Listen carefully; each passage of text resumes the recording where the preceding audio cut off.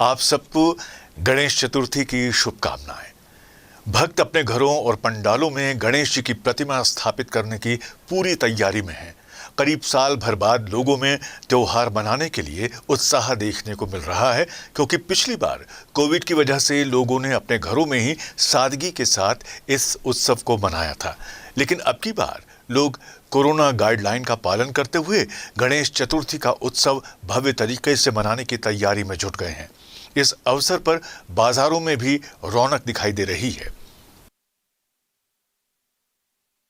मुख्यमंत्री भूपेश बघेल ने अपने निवास में बस्तर क्षेत्र के विधायकों के साथ विशेष बैठक की। इस बैठक में श्री बघेल ने इन विधायकों से क्षेत्र में चल रहे विकास कार्यों की जानकारी ली और राहुल गांधी के प्रस्तावित बस्तर दौरे को लेकर की जा रही तैयारियों पर भी विस्तार से चर्चा की। मुख्यमंत्री ने वर्चुअल माध्यम से राजनांदगांव जिले के डोंगरगढ़ में सामुदायिक स्वास्थ्य केंद्र, सहकारी बैंक शाखा भवन मानपुर और मुड़ीपार के विभिन्न निर्माण कार्यों का भी भूमि पूजन किया। मिशन मिलेट के अंतर्गत IIMR एवं राज्य के विभिन्न जिलों के मध्य होने वाले MOU कार्यक्रम में भी मुख्यमंत्री बघेल वर्चुअल माध्यम से शामिल हुए। राज्य की A ग्रेड की यूनिवर्सिटी में शुमार रविशंकर विश्वविद्यालय नेशनल रैंकिंग में पिछड़ गया है। इसे देश की टॉप 100 यूनिवर्सिटीज में भी जगह नहीं मिली। रैंकिंग के मामले में विश्वविद्यालय का प्रदर्शन पिछली बार से भी खराब है। मानव संसाधन विकास मंत्रालय की ओर से जारी की गई रैंकिंग में यूनिवर्सिटी को 150 से 200 के बीच में जगह मिली है, जबकि इस बार रविशंकर यूनिवर्सिटी अपनी पिछली रैंकिंग जो कि 100 और 150 के बीच में थी, खिसक कर उससे भी नीचे आ गई है। आज भारतीय जनता पार्टी के पदाधिकारियों की एक अहम बैठक प्रदेश कार्यालय में हुई, जिसमें राज्य सरकार के खिलाफ प्रस्तावित आंदोलनों की रूपरेखा तैयार की गई। इस बैठक में पार्टी के प्रदेश अध्यक्ष विष्णुदेव साय, पूर्व मुख्यमंत्री डॉक्टर रमन सिंह, नेता प्रतिपक्ष धर्मलाल कौशिक, सभी संभाग और जिलों के पदाधिकारी, जिला अध्यक्ष, मोर्चा प्रकोष्ठ अध्यक्ष और प्रदेश के पदाधिकारी शामिल हुए। बैठक में पार्टी के सभी मोर्चों और प्रकोष्ठों के आगामी कार्यक्रमों की अंतिम रूपरेखा तैयार की गई।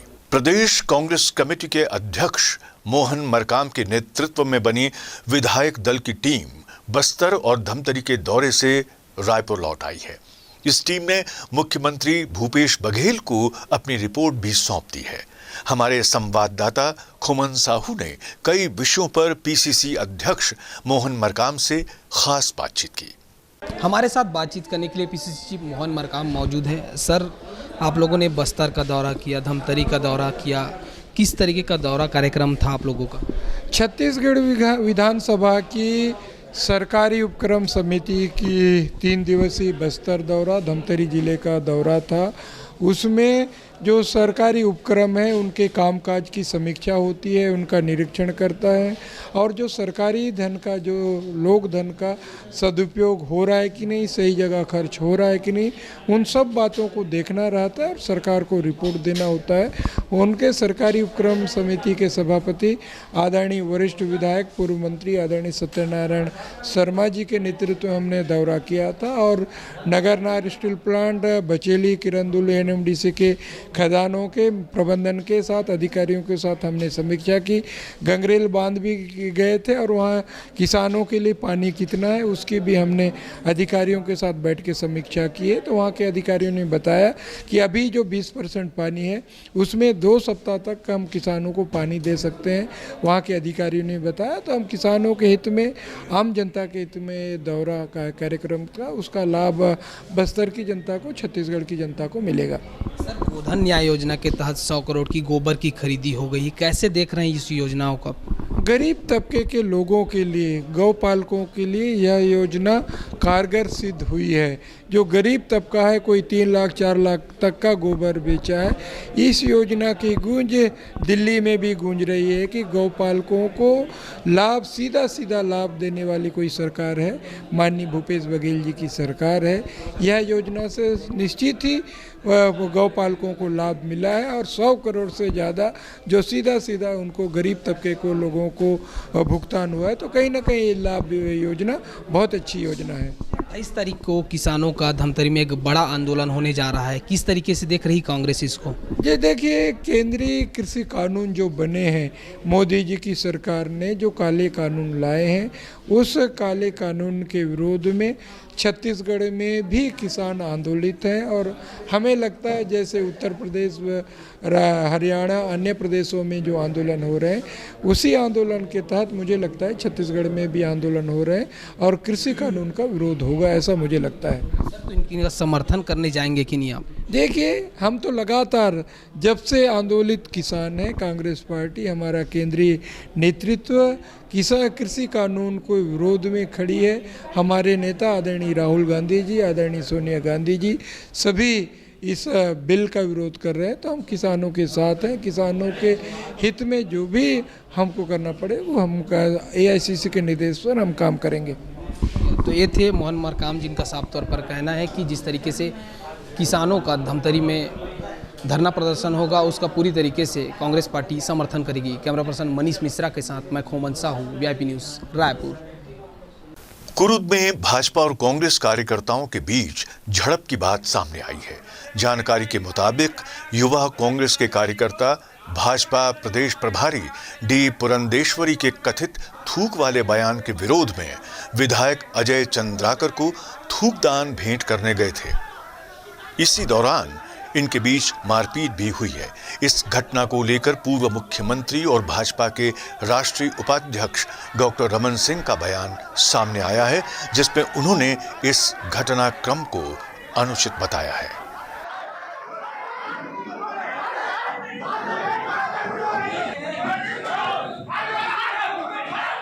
प्रदर्शन का ये तरीका उचित नहीं है। प्रदर्शन को करिए आप, कहीं भी यदि कोई प्रदर्शन किसी पार्टी को करना है तो वो सड़क में करता है, अपने कार्यालय में करता है। वो इस प्रकार की यदि परिपाटी छत्तीसगढ़ में बनी कि हम उनके कार्यालय में जाए, वो हमारे कार्यालय में आए और व्यक्तिगत दुश्मनी निकाले, तो ये उचित नहीं। पूर्व मुख्यमंत्री डॉक्टर रमन सिंह और नेता प्रतिपक्ष धर्मलाल कौशिक ने अपने दिल्ली प्रवास के दौरान केंद्रीय मंत्रियों से मुलाकात कर छत्तीसगढ़ में प्रस्तावित विकास कार्यों को गति देने का आग्रह किया। दिल्ली दौरे के दौरान दोनों नेताओं ने केंद्रीय मंत्री अश्विनी वैष्णव, धर्मेंद्र प्रधान, भूपेंद्र यादव, जय कृष्ण रेड्डी सहित कई अन्य केंद्रीय मंत्रियों और भाजपा के केंद्रीय पदाधिकारियों से मुलाकात की। मैं 2 दिन के प्रवास में कुछ पदाधिकारियों से मिलने का अवसर मिला, कुछ हमारे वरिष्ठ मंत्रियों से मिलने का हुआ। रेलवे मंत्री से रेलवे कॉरिडोर की चर्चा भी हुई, बातचीत भी हुई और आश्वासन भी दिया कि उसकी रेगुलर समीक्षा होगी। छत्तीसगढ़ के सारे प्रोजेक्ट के विषय को लेकर बात हुई। यादव जी से मुलाकात हुआ, बहुत सारे अन्य अलग अलग विषयों पर चर्चा हुई। माननीय शिव प्रकाश जी से, माननीय महामंत्री संगठन से भी मुलाकात करने का अवसर मिला। ये कोई बहुत स्पेसिफिक विषय पर नहीं, अभी संगठन की गतिशीलता बढ़ी है और उसको और आगे बढ़ाने की दृष्टि से माननीय प्रधानमंत्री जी का जन्मदिन से लेकर कार्यक्रम की एक रूपरेखा भी बनी है, जिसमें 17 तारीख से शुरू होकर 20 तारीख तक ये लगातार अभियान पूरे प्रदेश और देश भर में चलेगा। उस विषय को लेकर भी बात की। प्रदेश के मंत्री डॉक्टर शिव कुमार डहरिया के नेतृत्व में सरपंच संघ के प्रतिनिधियों ने राज्य के पंचायत मंत्री TS सिंहदेव से उनके निवास में मुलाकात की। सरपंच संघ के प्रतिनिधियों ने विकास कार्यों के लिए राशि उपलब्ध कराने और सरपंचों से जुड़ी अन्य समस्याओं से सिंहदेव को अवगत करवाया, साथ ही इनके निराकरण की मांग की। सुप्रसिद्ध रहस्य रोमांच कथा लेखक सुरेंद्र मोहन पाठक के उपन्यास निम्फोमैनियक के नए संस्करण का लोकार्पण ऑनलाइन संपन्न हुआ। रायपुर के एक निजी होटल में ये लोकार्पण कार्यक्रम आयोजित किया गया था। आयोजकों के अनुसार सुरेंद्र मोहन पाठक की कृतियों को पसंद करने वाले पाठक देश भर से इस कार्यक्रम में शामिल होने रायपुर आए हैं। आयोजक संस्था द्वारा इस तरह के कार्यक्रम हर साल देश के अलग अलग हिस्सों में करवाए जाते हैं और इसी कड़ी में इस बार ये आयोजन रायपुर में किया गया। ये हम लोगों का जो ग्रुप यहाँ समूह यहाँ इकट्ठा है, हम इसका नाम देते हैं SMPN। आप कई टी शर्ट्स में पीछे देख रहे होंगे। सुरेंद्र मोहन पाठक करके हमारे दिल अजीज़ लेखक हैं, हिंदी क्राइम फिक्शन के आज के वक्त के सबसे बेहतरीन लेखक हैं। ये उनके पसंदीदा लोगों का, उनके पाठक समूह का ग्रुप है हम लोगों का। और उनके ही समूह के कुछ लोगों ने, उनके ही कुछ फैंस ने मिलके एक पब्लिकेशन शुरू किया है, साहित्य विमर्श पब्लिकेशन। उस पब्लिकेशन से आज सर की किताब निम्फोमीनियाक, जिसका एक प्रिंट आज हम रिलीज़ कर रहे हैं, यहाँ पे लॉन्च कर रहे हैं, ये उसी के लिए कार्यक्रम बुलाया गया। हर साल करीब साल में 2 बार सर के चाहने वाले जो हैं वो इकट्ठा होकर किसी शहर में जाके एक गेट टुगेदर रखते हैं, जिसमें हम सर की लिखी किताबों पे चर्चा करते हैं और मिलना मिलाना होता है। और पिछले साल कोरोना की वजह से हम लोग नहीं मिल पाए थे, तो इस बार इस जगह पे रायपुर में और आगे चित्रकूट का प्लान है, जहां हम चित्रकूट में जाएंगे और वो वहां के और प्राकृतिक नज़ारों के बीच में यात्रा करेंगे। साक्षरता मिशन में प्रेरक के पद पर काम कर रहे गरियाबंद के कर्मियों ने अंतर्राष्ट्रीय साक्षरता दिवस को काला दिवस के रूप में मनाया। इन्होंने अपनी लंबित मांगों को लेकर धरना प्रदर्शन किया और स्थानीय प्रशासन को प्रधानमंत्री के नाम ज्ञापन सौंपा।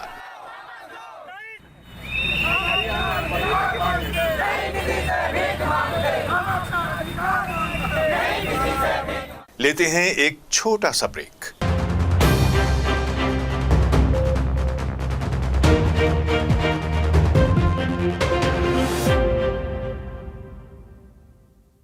हमारा लक्ष्य है खबरें जो जागरूक कर सके जनगण के मन को, खबरें जो बेबाक हो, खबरें जो निष्पक्ष हो, खबरें जिनमें सत्य की अनुगूंज हो, खबरें जिनमें बदलाव का राग हो। आइए खबरों से आवाम को जगाते हैं, झूठ को सच का आईना दिखाते हैं। देश और दुनिया की खबरों के साथ छत्तीसगढ़ की खबरों के लिए देखते रहिए VIP न्यूज।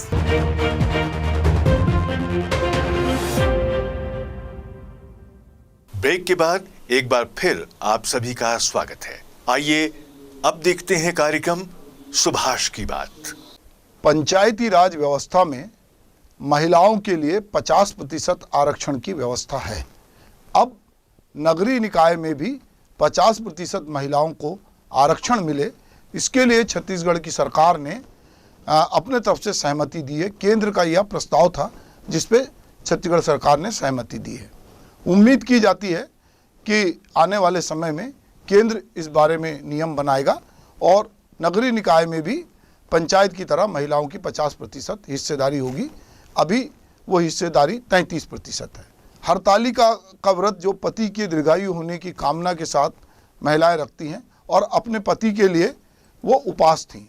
लगातार हम देख रहे हैं, चाहे NDA के जरिए सेना में भर्ती की बात हो, चाहे NDA के बाद जो प्रशिक्षण के बाद स्थायी कमीशन की बात हो, ये सब कहीं ना कहीं महिलाओं से जुड़ी है। अब अगर नगरीय निकाय में 50% महिलाओं का आरक्षण हो जाएगा तो जो नगरीय निकाय में पार्षदों की संख्या है वो बढ़ जाएगी। इसी तरह जो खनिज न्यास निधि है, उसकी जो ग्राम सभा है, उसमें भी 50% महिलाओं का क्या आरक्षण किया गया है कि उसमें महिलाओं की भागीदारी हो। छत्तीसगढ़ में जो गोधन न्याय योजना है, जिसमें कि गोबर की खरीदी हो रही है, उसमें 44,50,000 महिलाओं ने भागीदारी निभाई है। जो छत्तीसगढ़ का महिला कोष है, उसमें जो महिलाओं को ऋण मिलता है, उसमें भी वृद्धि हुई है। अगर हम प्रथम दृष्टा देखते हैं तो हमको लगता है कि सशक्त और समर्थ नारी जो छत्तीसगढ़ सरकार का नारा है, वो कहीं ना कहीं अमली जामा पहनते दिखता है। पर हम सामाजिक व्यवस्था में जाते हैं तो ऐसा नहीं है। अगर हम केंद्र और राज्य सरकारों की बात करें, जिनका संचालन विधानसभा और लोकसभा और राज्यसभा से होता है, वहाँ पर महिला आरक्षण बिल को लेकर लंबी बहस चली और महिलाओं ने कहा कि हमको 50% आरक्षण मिलना चाहिए, पर वो 50% आरक्षण तो मिला नहीं। फिर उन्होंने कहा चलो 33% आरक्षण दे दो, पर वो आरक्षण लागू हुआ नहीं। पर दूसरी तरफ केंद्र सरकार नगरीय निकाय में, पंचायत में तो कर दिया, नगरीय निकाय में ऐसा लग रहा है कि वो महिलाओं को जिस तरह से सशक्त करना चाहिए उस दिशा में सरकारें उतनी गंभीर नहीं है। वो एक तरफ पंचायती राज के माध्यम से तो महिलाओं को की भागीदारी कर रही हैं, दूसरी तरफ वो नगरीय निकाय में भी उनको बराबरी की हिस्सेदारी की बात कर रही।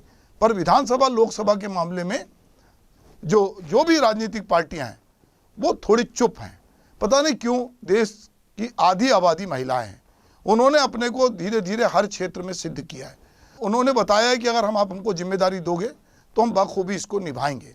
अभी 14 नगर निगम, 43 नगर पालिका और 112 जो है नगर पंचायत मिलकर 169 निकायों में 3260 वार्ड हैं, जहां पर कि महिलाओं को 33% आरक्षण है।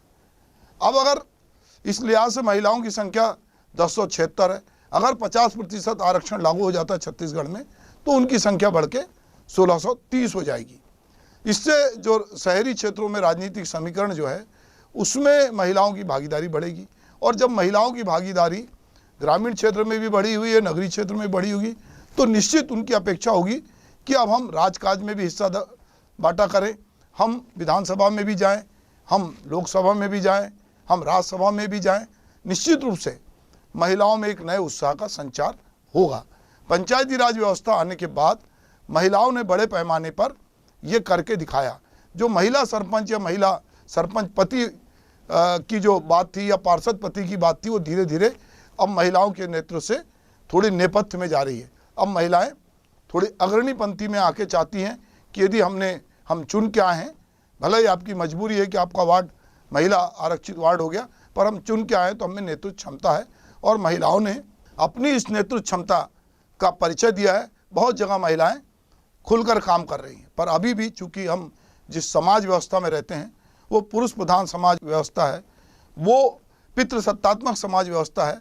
इसीलिए कई बार जो महिलाएं जहां पर चुनकर भी आई हैं और वो सरपंच हैं या पार्षद हैं, तो उनके पति अभी भी चूंकि उनकी मानसिकता वैसी है तो वो उस तरह से खुद को सामने रखते हैं। 1994 में पंचायती राज अधिनियम के जरिए महिलाओं को जो 50% आरक्षण दिया गया, उसने ग्रामीण क्षेत्र में बहुत कुछ तब्दीली लाई। शुरू में जरूर महिलाओं के पति आगे थे, पर अब महिलाएं खुद भी आगे आ रही हैं और उसका परिणाम हम पूरे देश में देख रहे हैं। हमको लगता है कि जब एक महिला शिक्षित होती है तो पूरा परिवार शिक्षित होता है। इसी तरह अगर महिला नेतृत्व करेगी तो वो संस्कार कहीं ना कहीं उनके बच्चों में आएंगे, उनमें कॉन्फिडेंस आएगा। वो देखेंगे कि हमारी माँ ग्राम पंचायत में नेतृत्व कर रही है, नगर पंचायत में नेतृत्व कर रही है, नगर निगम में नेतृत्व कर रही हैं, वो महापौर की कुर्सी पर बैठी हैं, वो पार्षद के रूप में जूझ रही हैं, तो उनको लगेगा कि माँ केवल चूल्हे चौकी तक सीमित नहीं है, माँ का दायरा पूरा समाज है, पूरे समाज की, पूरे गांव की, पूरे देश की वो चिंता करती है। और जब भी ऐसा मौका महिलाओं को मिला है तो उन्होंने सिद्ध किया है।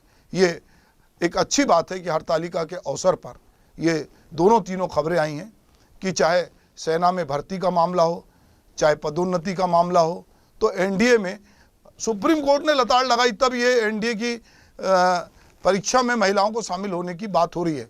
वरना तो ये कह रहे थे कि पॉलिसी के खिलाफ है, तो सुप्रीम कोर्ट ने कहा कि ऐसी पॉलिसी ये गलत पॉलिसी है।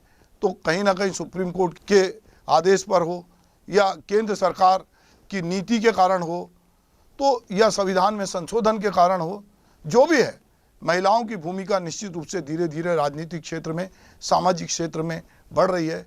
नगरीय निकाय में अगर महिलाएं 50% भागीदारी होगी, तो जिस तरह अभी पंचायती राज में 50% भागीदारी होने के बाद महिलाएं 60% तक पहुंच गई है, तो आने वाले समय में कोई आश्चर्य नहीं कि नगरीय निकाय में 50% की आरक्षण सीमा को पार करके ज़्यादा महिलाएं चुन के आएँ।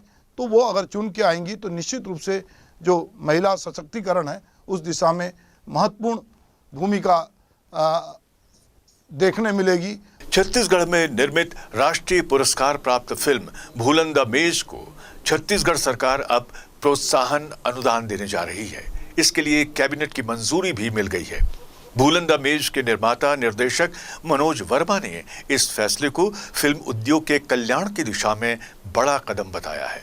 हमारे संवाददाता खोमन साहू ने इस फिल्म के निर्माता निर्देशक मनोज वर्मा से खास बातचीत की। छत्तीसगढ़ सरकार ने फिल्म प्रोत्साहन को लेकर एक बड़ी घोषणा की है। हमारे साथ भूलन द मेज के निर्माता निर्देशक मनोज वर्मा जी है। मनोज जी, कैसे देख रहे हैं निर्णय को आप? ये एक बहुत, मैं कहूँगा कि एक ऐतिहासिक निर्णय हुआ है, क्योंकि 20-21 सालों तक अभी तक हम लड़ रहे थे कि एक बड़ी नीति बने, फिल्म नीति बने, जिससे छत्तीसगढ़ी सिनेमा को एक दिशा मिल सके। तो पहली बार ऐसा हुआ है कि सरकार ने उसको बहुत गंभीरता से लिया और एक बड़ा निर्णय है ये जो फिल्म नीति के साथ में उन्होंने बहुत सारी चीज़ें सब्सिडीज़ और जो अनुदान राशि वगैरह की जो बातचीत हुई है, तो ये एक बड़ा निर्णय है सरकार का और ऐसा लगता है कि सरकार की मंशा है कि छत्तीसगढ़ी सिनेमा फले फूले। फिल्म नीति को लेकर जो छत्तीसगढ़ सरकार ने ड्रॉप तैयार किया था, अब घोषणा भी की है, कैसे देख रहे हैं कितना फ़ायदा जो है छत्तीसगढ़ इंडस्ट्री को होने वाला आने वाले दिनों में? ऐसा लगता है कि आने वाले समय में बहुत सी हिंदी फिल्में, बहुत सी वेब सीरीज़ और इसका सबका प्रोडक्शन वर्क जो है वो यहाँ पे होगा और जिस तरीके की नीति बनी है उससे यहाँ के लोगों को जो काम में वृद्धि होगी। सर, जिस तरीके से कोरोना काल के बाद हम लोगों ने देखा है कि OTT प्लेटफॉर्म में ज़्यादातर पिक्चर जो है रिलीज़ हो रही हैं, कैसे देख रहे हैं इस परिवर्तन को आप?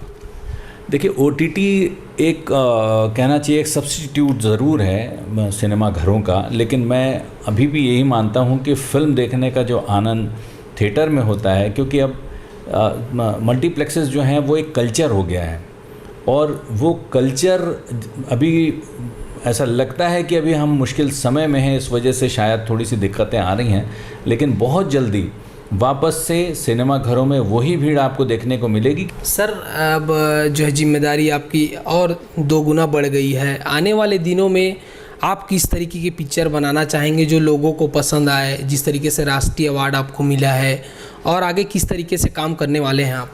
उम्मीद है मुझे कि आगे हम कुछ इस तरीके का फिर से कोई काम करें, कोई वापस से कोई ऐसी कहानी मिले मुझे। अभी हम कमर्शियल मूवीज़ पे ही काम कर रहे हैं और वापस से जैसे ही मुझे कोई अच्छी कहानी वापस से मिलती है तो मैं फिर से कोशिश करूँगा कि एक फिर से समानांतर सिनेमा बनाया जाए और उसको भी इसी तरीके से राष्ट्रीय अंतर्राष्ट्रीय स्तर पर ले जाया जा सके। बहुत शुक्रिया सर। तो ये थे मनोज वर्मा जी, जिनका साफ तौर पर कहना है कि आने वाले दिनों में उनकी कोशिश रहेगी कि लोगों को बेहतर फिल्म दिखाया जाए।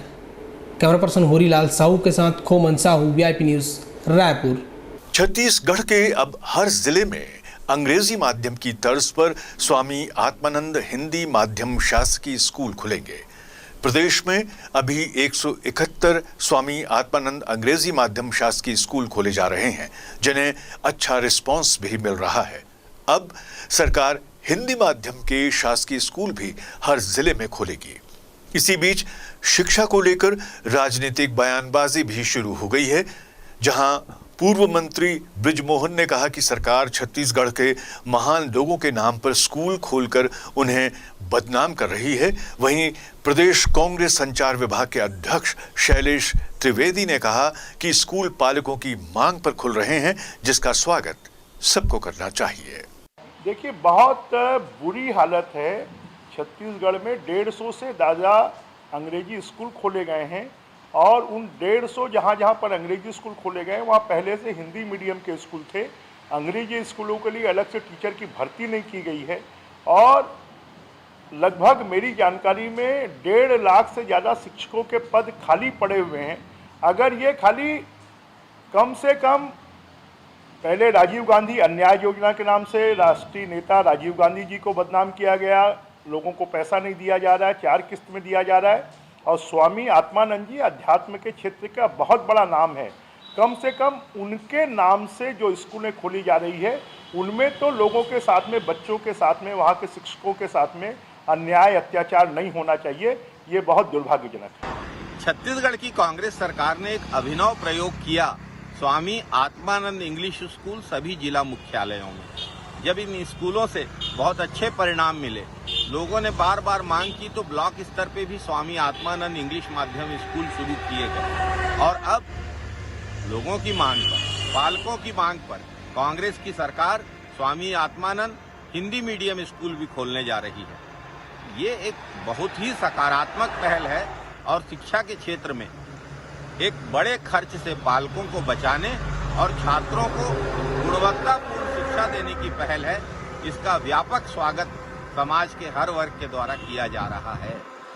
कांकेर जिले के जुनवानी पाकुर कला में प्रधानमंत्री ग्राम सड़क योजना के तहत बीते 2 माह पूर्व बनी डामर की सड़क अब जर्जर होकर उखड़ने लगी है। सिर्फ 2 किलोमीटर लंबी इस सड़क में अब गड्ढे साफ दिखाई दे रहे हैं, जिससे क्षेत्रवासियों को दिक्कतों का सामना करना पड़ रहा है।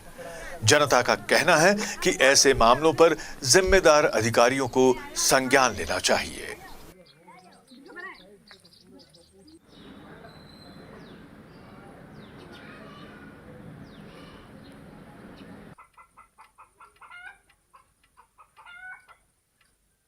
डामर डालने के बाद में इन लोग सीमेंट डाला, जैसे डामर उखड़ रहा था वैसे ये सीमेंट डाले उसके बाद में अब वही डाल के अभी फिर उखड़ रहा है। उखड़ने के बाद में अभी झाड़ू पोछा कर रहे हैं लोग। तो हम लोग बोले तो हम लोग क्या बोला कि जहाँ जितना से ऑर्डर आया उतना ही लगाएंगे, हमारा मर्जी से, आप लोग बोलने नहीं सकोगे, ऐसा बोल दिया। आप विरोध भी नहीं किए इनका? किया हम लोग उतना, तो हमारा मर्जी से करेंगे बोला, तो हम लोग क्या विरोध करेंगे हम। जांजगीर चांपा जिले की शिवरी नारायण पुलिस ने मुखबिर से मिली सूचना के आधार पर 25 लीटर महुआ शराब के साथ एक व्यक्ति को गिरफ्तार किया है। गिरफ्तार किए गए व्यक्ति का नाम है रंजीत यादव। पुलिस से मिली जानकारी के अनुसार रंजीत यादव के खिलाफ आबकारी एक्ट के तहत अपराध दर्ज किया गया है। शिवरी नारायण थाना क्षेत्र का ये मामला है। पुलिस को मुखबिर के द्वारा ये सूचना प्राप्त हुई कि एक व्यक्ति प्लास्टिक की बोरी में कच्ची अवैध महुआ शराब रखा हुआ है और उसे बिक्री करने हेतु पैदल जा रहा है, जिस पर पुलिस की टीम तत्काल मौके पर रवाना हुई। वहां जाकर घेराबंदी कर आरोपी जो व्यक्ति था उसे हिरासत में लिया गया। उसने अपना नाम रंजीत यादव बताया और उसके पास जब तलाशी ली गई तो उसके पास 25 लीटर कच्ची अवैध महुआ शराब बरामद हुई। इस पर रंजीत यादव के खिलाफ 34(2) आबकारी एक्ट के तहत अपराध पंजीबद्ध कर आरोपी रंजीत यादव की गिरफ्तारी की गई है और उसे गिरफ्तार कर न्यायिक रिमांड पर भेजे जा चुके हैं। स्वास्थ्य मंत्री टी.एस. सिंहदेव ने बढ़ती बीमारियों को लेकर महत्वपूर्ण बयान में कहा है कि कोरोना की तीसरी, चौथी और 5वीं लहर भी आएगी, लेकिन कोरोना की सेकेंड वेव को लेकर जो परिस्थितियां थीं, अब ऐसी परिस्थितियां कम हो सकती हैं। लेकिन यदि कोई नया म्यूटेंट आ जाए तो कुछ भी नहीं कहा जा सकता। हालांकि अब तक प्रदेश में कोविड वैक्सीन की 1.5 करोड़ से ज्यादा डोज लग चुकी हैं। इसकी संभावना तो पूरी है कि तीसरी, चौथी, 5वीं, 6वीं ये ऊपर नीचे होगा, लेकिन जितना ऊपर दूसरा वेव गया था, दूसरी लहर गई थी, मुझे नहीं लगता है कि आने वाले दिनों में ऐसी स्थिति आएगी। अपवाद उसी स्थिति की हो सकती है कि अगर कोई ऐसा म्यूटेंट आ गया, कोई ऐसा वेरिएंट आ गया जिसका वैक्सीनेशन प्रभाव नहीं डाल पाएगा। अगर ऐसी स्थिति आई तब फिर बड़ी चिंता है। तो वो वैज्ञानिकों ने, डॉक्टर्स ने, शासन ने, प्रशासन में ध्यान में जरूर रखा है। उसके लिए भी हमको तैयार रहना और उससे बचने का एकमात्र रास्ता है अपने आप को बचा के रखना, कि हम अगर उस कोरोना से बचे हैं तो कोरोना का नया वेरिएंट हमारे तक नहीं पहुंचेगा। दूरी रखना, हाथ धोना, मास्क पहनना, ये हमको उस नए वेरिएंट से बचाएगा। पुराने वेरिएंट के लिए वैक्सीनेशन चल रहा है और 1.5 करोड़ से ऊपर डोज छत्तीसगढ़ में लग चुके हैं। इस न्यूज बुलेटिन में इतना ही। देश दुनिया की अन्य खबरों के लिए देखते रहिए VIP न्यूज।